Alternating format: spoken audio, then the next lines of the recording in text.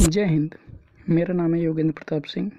आज हम असम में हुई हाथियों की मौत और हाथियों की घटती हुई आबादी के बारे में जानकारी करेंगे।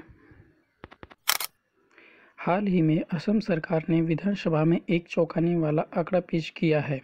सरकार ने कहा कि असम में 2001 से 2022 तक 1330 हाथियों की मौत हुई है।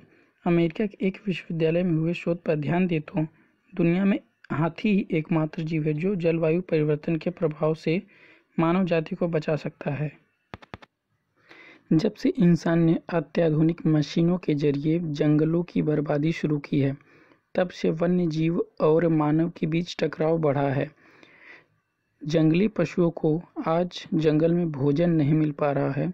जंगल के अंदर जो प्राकृतिक जलाशय, पोखर, तालाब, नद और नाल थे, सूखने लगे हैं। जैसे कि कुछ छोटे जीव हैं, वो अपना गुजर बसर किसी न प्रकार से कर लेते हैं, पर एक हाथी थोड़ा बड़ा जीव है, इसलिए सबसे ज़्यादा दिक्कत हाथी को होती है। ऐसी स्थिति में जंगली पशु, खासकर हाथी, कहाँ जाए। इस कारण हाथी और मानव जाति में संघर्ष पिछले कुछ सालों में बढ़ा है।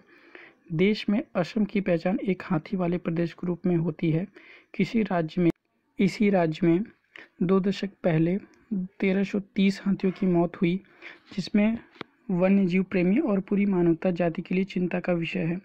जानकारी विधानसभा में रखी गई उसके मुताबिक, जिसमें 509 हाथियों की मौत प्राकृतिक कारणों से, 261 हाथियों की मौत अज्ञात कारणों से, 102 हाथियों की मौत रेलगाड़ी की चपेट में आने से, 65 हाथियों की मौत जहर देकर मारा गया, 40 हाथियों का शिकार किया गया, 202 हाथियों की मौत बिजली के संपर्क में आने से हुई, 18 हाथियों की मौत आकाशीय बिजली के गिरने से हुई।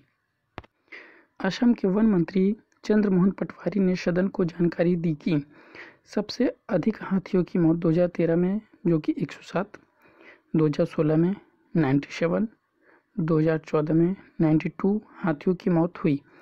असम में मानव और पशुओं के बीच संघर्ष, 70 से अधिक लोग और 80 से अधिक हाथियों की मौत हो जाती है। अगर बात वर्तमान में हाथियों की जाए तो 5700 कुछ ही हाथी रह गए हैं। मंत्री जी ने बताया कि प्राकृतिक वास में मानव के बढ़ते दखल ने पशुओं को भोजन की तलाश में बाहर निकलने के लिए बाध्य किया, जिसके कारण उनका मानव से संघर्ष होता है। इस समय देश में 33 हाथी अभयारण्य हैं और 12 अगस्त को दुनिया में हाथी दिवस के रूप में मनाया जाता है। 2017 में हाथियों की गणना के मुताबिक देश में हाथियों की संख्या 30,000 है। एक रिसर्च में पाया गया कि हाथी जंगल बनाने में महत्वपूर्ण भूमिका निभाते हैं। अधिक वायुमंडल में कार्बन एकत्रित करने और वन में जैविक विविधता को कायम रखने के लिए उनकी बड़ी भूमिका रहती है।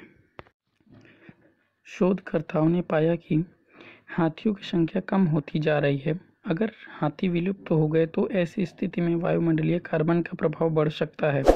अमेरिका के लूश विश्वविद्यालय के शोधकर्ताओं ने एक अध्ययन में पृथ्वी के लिए अब हाथी के महत्व को रेखांकित किया है। इस शोध के वरिष्ठ लेखक स्टीफन ने अपने करियर के अधिकतम समय हाथियों के अध्ययन में बिताया है। स्टीफन और उनके साथी हाथियों की परिस्थिति प्रभाव अधिक देख रहे हैं। इसका अर्थ यह हुआ कि जैसे जैसे हाथियों की संख्या कम होती जाएगी, जलवायु परिवर्तन का प्रभाव बढ़ता जाएगा। असम सरकार ने विधानसभा में जो आंकड़ा पेश किया है, इसे हमें खतरे की घंटी के रूप में देखना चाहिए। भारत सरकार ने केंद्रीय वन मंत्रालय 1992 में हाथियों के संरक्षण के लिए हाथी परियोजना की शुरुआत की थी।